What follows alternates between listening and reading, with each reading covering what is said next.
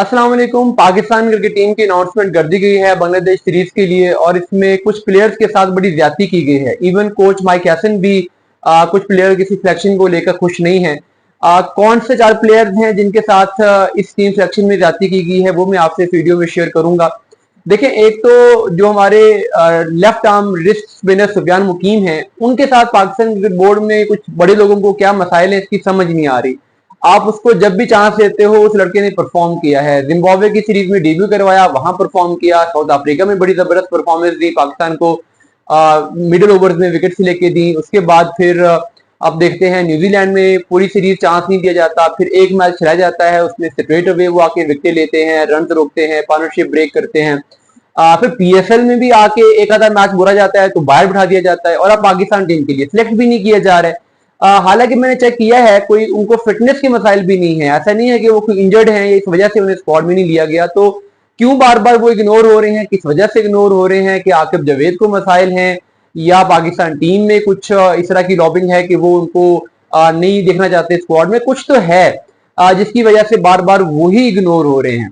तो उनको ना लिया जाना मेरे ख्याल में उनके साथ ज्यादती है। पाकिस्तान को टीम को टी20 में रेगुलर खिलाना चाहिए।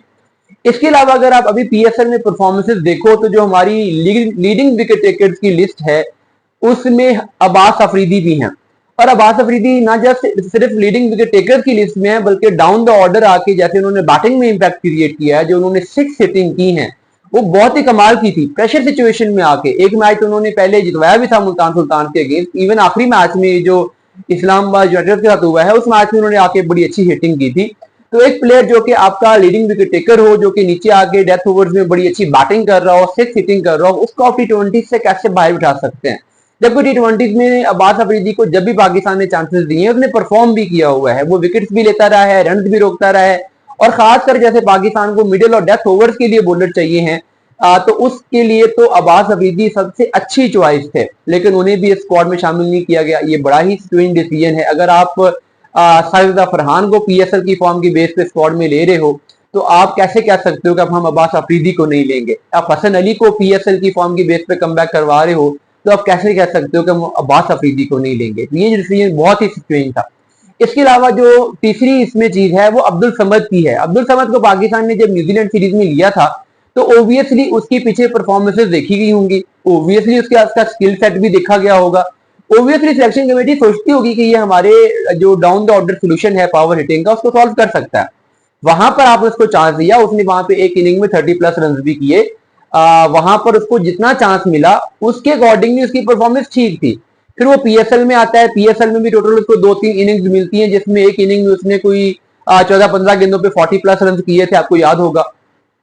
उसके बावजूद आप जलमी वालों ने भी उसको बाहर बिठा दिया और अब पाकिस्तान स्क्वाड से भी उसको ड्रॉप कर दिया गया। चलो, जलमी तो फ्रेंचाइज है, उनका कॉम्बिनेशन उनकी मर्जी, लेकिन पाकिस्तान टीम के लिए जब आपने लड़के को सीरीज दी है, 2-3 मैचेस दिए हैं, उसने परफॉर्म किया है, फिर आप उसको बाहर कैसे बिठा सकते हो? किस लॉजिक के जरिए से आप उसको बाहर बिठा सकते हो? मुझे समझ नहीं आती।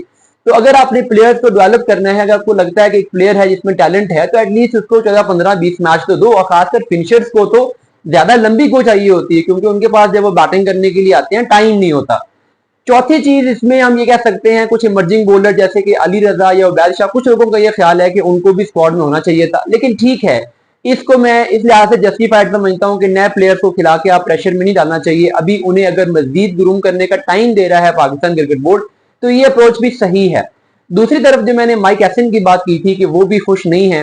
उन्होंने बाबर आजम के बारे में, मोहम्मद रिजवान के बारे में, शाहीन शाह आबिदी के बारे में पाकिस्तान क्रिकेट बोर्ड को रिक्वेस्ट की थी कि मैं इन्हें टीम में लेना चाहता हूं, लेकिन पाकिस्तान क्रिकेट बोर्ड ने उनकी ये रिक्वेस्ट नहीं मानी और उन्हें स्क्वाड में नहीं लिया गया। शायद उनको ये तो कन्वे किया गया है कि फ्यूचर में जब टी20 वर्ल्ड कप आएगा, एशिया कप आएगा, उस टाइम तक अगर नए प्लेयर्स परफॉर्म नहीं कर पाते तो हम इनको ले आएंगे, लेकिन अभी नहीं लिया गया। और ये आपको मैंने कल की वीडियो में रिपोर्ट कर दिया था कि माइक हैसन को ये कन्वे किया गया है कि हम इनको अभी स्क्वाड में नहीं ले रहे।